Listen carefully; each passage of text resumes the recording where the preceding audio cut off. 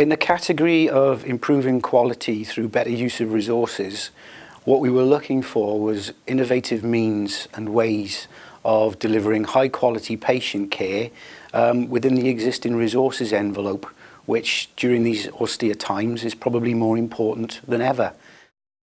At an Aneurin Bevan University Health Board, the minimising surgical site infection that they were undertaking in the orthopaedic theatres was a fantastic example of the PDSA improvement methodology and IQT team working through innovation in action. You had a thorough understanding of the issues and the problems, a well-led team that was underpinned by an awful lot of enthusiasm and wanting to get this right. And boy, did they get it right. They ended up getting a 6-month and beyond sustained period of 100% compliance with SSI rates. Powys Local Health Board's leg clubs were an absolute delight to go and see in action. This was a first-class example of care in the community, providing both high-quality health care and also massive efficiency gains.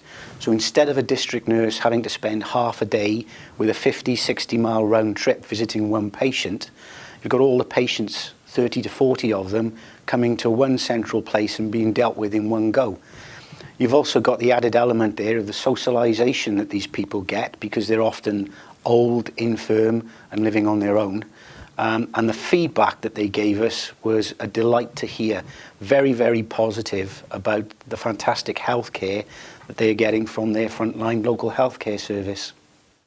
And at an Aneurin Bevan, there was a fantastic example of using the PDSA methodology to improve patient flow into and out of a community hospital setting. Patient feedback was again very strong, very supportive of this approach.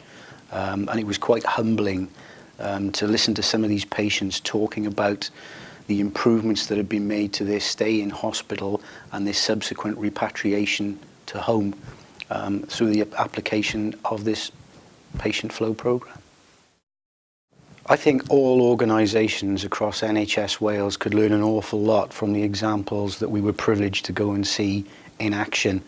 The key, of course, is making sure that all those other organisations know about these fine examples of innovation and improvement.